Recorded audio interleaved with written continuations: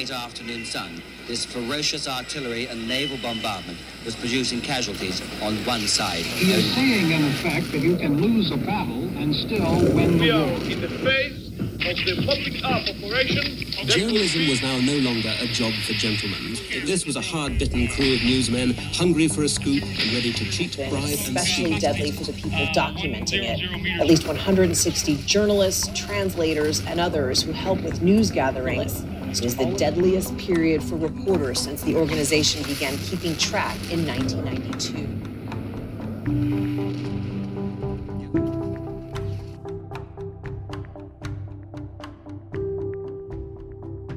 Every crisis has two battlegrounds, the physical terrain of human struggle and a narrative terrain where those struggles are understood.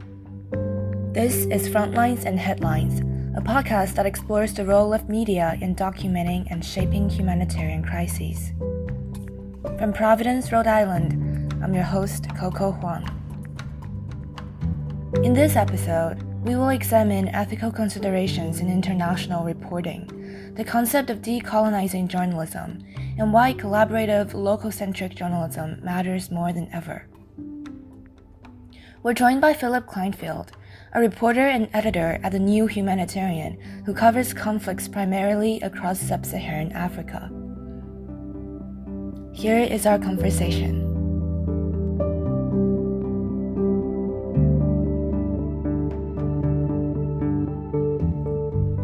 Philip, welcome to the podcast.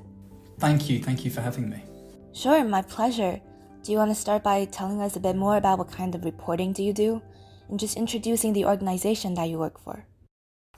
Okay, yeah, sure. I've reported for many countries in Africa and Europe, essentially trying to provide nuanced coverage of wars and humanitarian action. I work for an organisation called the New Humanitarian, which is a non-profit and really the only news organisation in the world that has a specific and sole mandate to cover conflict and humanitarian crises globally. We don't think of ourselves as beholden to any one audience in particular, so we try to allow our journalism to be dictated by local reporters and the populations that are affected by conflict, but maybe we can come on and talk about that later.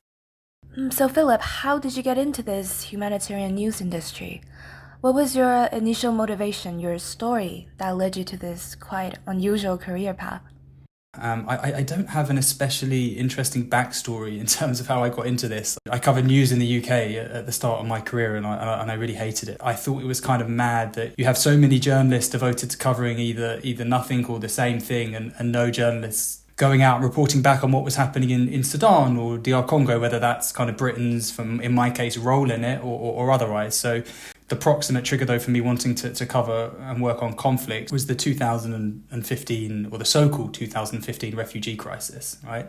That was when more than 1 million refugees and migrants started crossing to Europe, escaping conflict and poverty. And I covered this pretty extensively, and I really felt that I wanted to cover the sort of root causes of why people were leaving their homes, and it meant understanding my own country's role in that as a rich nation that benefits from this world system that immiserates everywhere else, but it also meant, taking seriously all the internal complexities of conflicts and crises and reporting on that as well. So I decided to start reporting on Central Africa, initially Burundi, and I've since worked in the Central African Republic, Democratic Republic of Congo, Brazzaville, Mali, Burkina Faso, Sudan, South Sudan, Mozambique, lots of places. I don't do too much reporting at the moment because I'm more on the editing side now for the New Humanitarian, working with local journalists essentially across the continent. I've done a lot of sort of human rights oriented reporting, covering civilian suffering in places where local journalists often struggle to report on safely or foreign journalists just don't know about. And I've done a lot of reporting as well on kind of corruption, dysfunction, sexual abuse within humanitarian relief organisations and UN agencies, peacekeeping missions, that kind of thing, sort of turning on its head the idea that the people that are trying to do good are doing it, essentially. Would you share an example of a story that you worked on, or maybe the current project that you're working on, just to help us get a better understanding? There's so many. I mean, in terms of something that we're working on at the moment. I guess the war in Sudan is the big and obvious one. This is the world's biggest displacement crisis and the world's biggest hunger crisis too, but it isn't one that has got much attention, at least in international media. It has been largely ignored. We have been covering it really since the start, which was in April 2023, working with lots of journalists, largely journalists in exile, sadly, to report blow by blow what's happening in the conflict in Sudan. We emphasised on not just the war itself, but on responses to the war, which is something that the new Humanitarian really tries to do. Essentially, it's been very, very hard for international aid agencies to travel to the most conflict-impacted areas in Sudan for various reasons, their own kind of like failings, also the fact that the warring parties don't let them access areas that their rivals control. And so what we've seen is the flourishing of local humanitarian groups, which are known as emergency response rooms in Sudan. So essentially mutual aid groups have been set up all across the country. There are hundreds of them,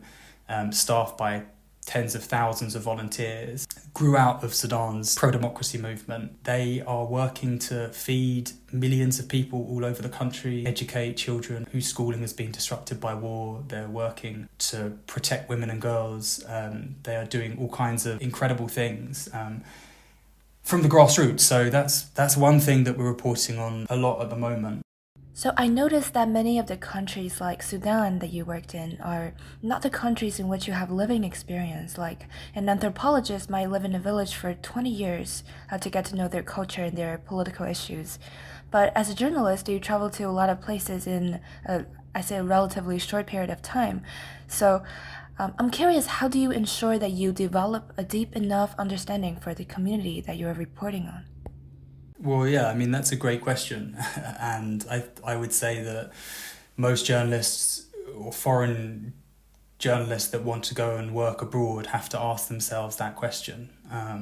Do I know enough to go and report on a subject or report on a country that is not mine? Am I knowledgeable enough to do it? Are there local journalists that could do a better job than I could? The answer will always be yes. Is my presence there displacing local journalists' ability to report in global media? Like, all those questions need to be asked by anyone that wants to go and report abroad. And I'm not saying that I asked or answered any of those questions probably sufficiently. As a reporter, I've always been a bit obsessive about information and about reading before I go anywhere. I will also work with journalists on the ground as much as possible collaboratively. Of course, it's really important to make sure it's clear to whoever's reading that a piece of journalism produced by an outsider is often a co-creation. The idea is really to let local journalists define the stories that matter to them. So instead of me commissioning a story from a local journalist in Sudan or from DR Congo or from Burkina Faso, I'll hold kind of regular calls with our journalists in all those countries and I'll talk to them about what the situation is, what they think the most important stories of the day are, and we will kind of co-create from there. It's kind of an organic process. We try and make it as sort of bottom-up as possible. It works pretty nicely, at least at the moment. Often it might be the case that we have a journalist on the ground that is in a really difficult situation and might not be able to find the headspace to put together a 1,500-word story about an incredibly complex subject. And it might be easier for them to go out and do interviews and file transcripts to me, and I'll then kind of help them turn it around and put it into a piece. Or it might be the case that, you know, they do have the headspace to do that, and so it will all be produced by the journalist on the ground. We do lots of different types of reporting too. So sometimes it's kind of your standard, like, you know, news dispatch, but we might also do first persons, reporters' diaries, where we ask local journalists to give their perspectives on subjects that are important to them. We might run poetry, we might run opinion pieces, photo essays, video reports. We do all kinds of pieces. So as a reporter at an organization with such a humanitarian beat, how is your reporting experience or goals different from that of other major outlets also trying to cover the same conflicts and disasters? We don't have to write for the interests of Americans or Londoners or people in Geneva or Nairobi or, you know, Dakar or wherever. So we frame our stories around what we think is the most important to people that are affected by crises, or at least like that's what we aspire to do.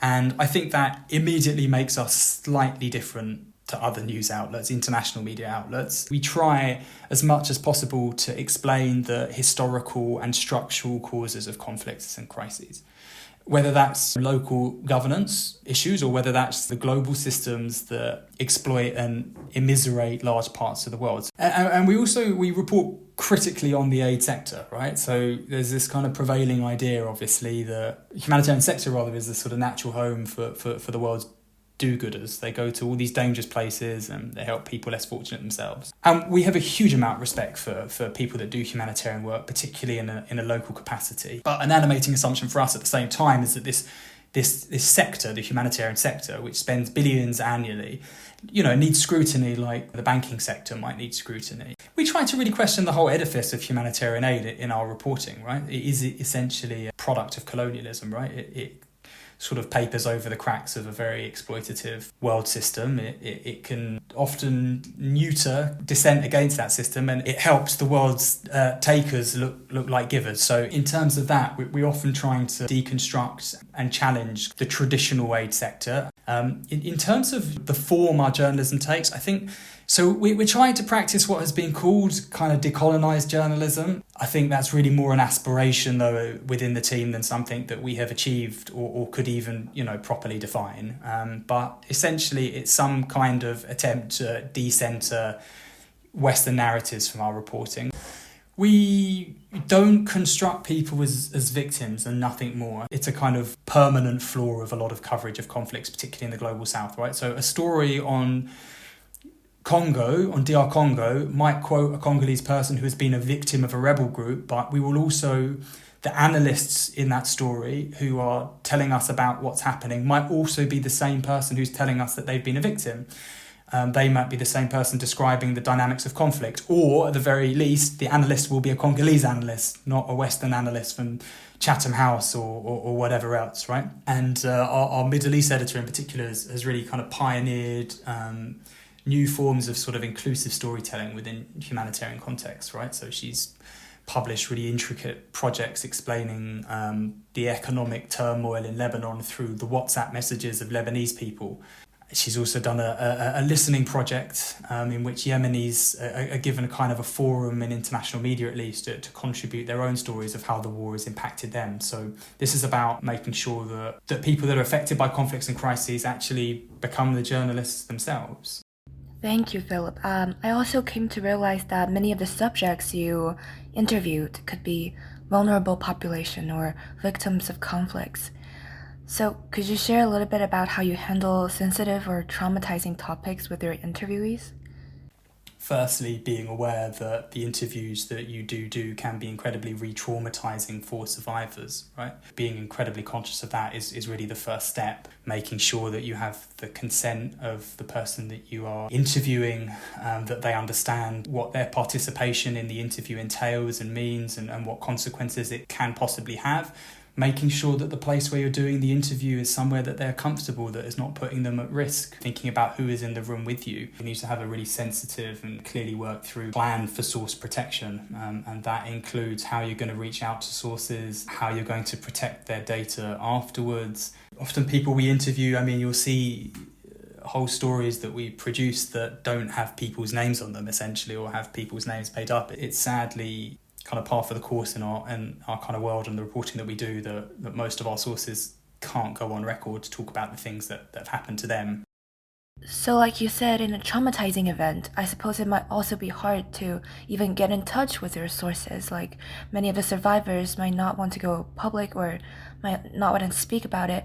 So I'm curious about how you get in touch with your interviewees in the first place. Can you maybe give an example of, say, this case that you worked with on UN peacekeeping sex abuse? Yeah, we've done a lot of stories on abuse by international aid workers, and these are some of the most challenging stories we do. The most recent one we did in the Central African Republic, we worked with local organisations, civil society organisations, who had supported the women directly, and they were able to facilitate us to do the interviews. And we would have a Central African woman, obviously fluent in Sango, the local language, sitting in on the interviews too, with often a worker from the civil society organisation. So we were able to obtain trust, that way. In previous cases, I think we've made use of snowball interviewing or snowball sampling. Essentially, you're aware of one case of serious abuse and you talk to that person and you get the confidence of that person, and then that person introduces you to 5 other people who have experienced the same thing, and those 5 other people trust that person you've spoken to, and so they trust you. So we worked on a story, about 4 years ago now, about abuse by largely staff members of the World Health Organization, the WHO, in the Democratic Republic of Congo during the Ebola epidemic in Eastern Democratic Republic of Congo. Was the second worst Ebola epidemic, ended up being the second deadliest Ebola epidemic in history. And WHO workers there committed widespread sexual abuse against women who were essentially coerced into sex for job schemes on a massive scale.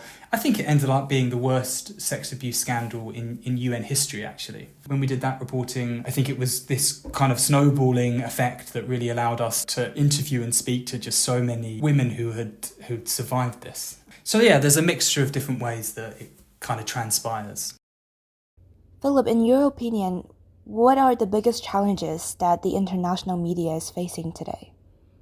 To be honest, I don't think big international media outlets, they don't really have the resources, inclination, or even the skill set, frankly, to cover humanitarian issues in much depth and with much consistency. And I'm not sure that's really going to change going forward if you kind of look at the sort of business model of journalism and the business model of reporting abroad. If you're an international media outlet, often that is quite leery of working with local journalists, which a lot of international media outlets are. They have to deploy their own foreign correspondents, and as a result it all gets really expensive, and as a result they don't do much of it, and when they do it isn't fantastic anyway. I think if you look at the coverage of Gaza, it really reveals the kind of sorry state of much international media coverage of conflict, in inverted commas, anyway. We're talking about media doing mass apologism for genocide, essentially. Looking outside of kind of big media at the sort of non-profit news ecosystem, which is where we're at, you have a few organisations like us, quite a few, I guess.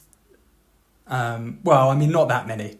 That are covering humanitarian issues solely, at least. But you have a few that are funded by, private foundations or states. Frankly, that is a vulnerable and potentially quite compromising financing model, right? We've seen a lot of news organisations that were dependent on foundation funding actually closed down over the last few years. So, it's a fairly bleak picture, to be honest, but I do think at the same time there's maybe increased acknowledgement in international media that some of its old habits need to die.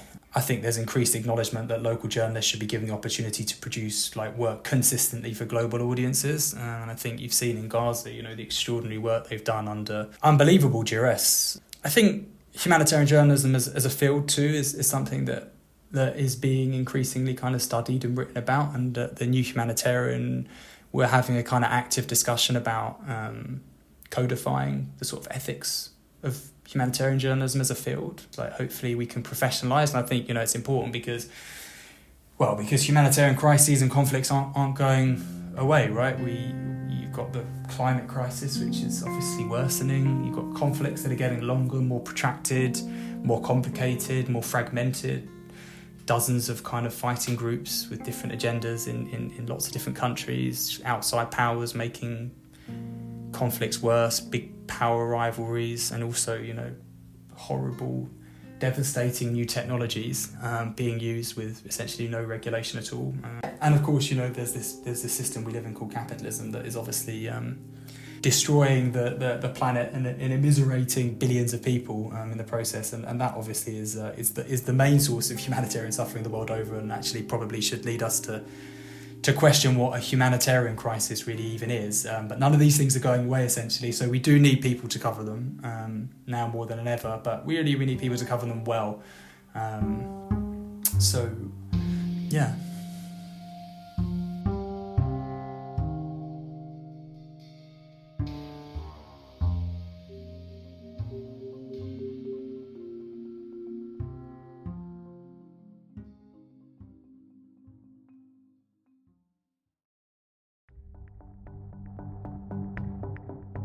This episode was produced by Xuanjie Coco Huang with the help of some kind fellows, students, and professors at Brown University.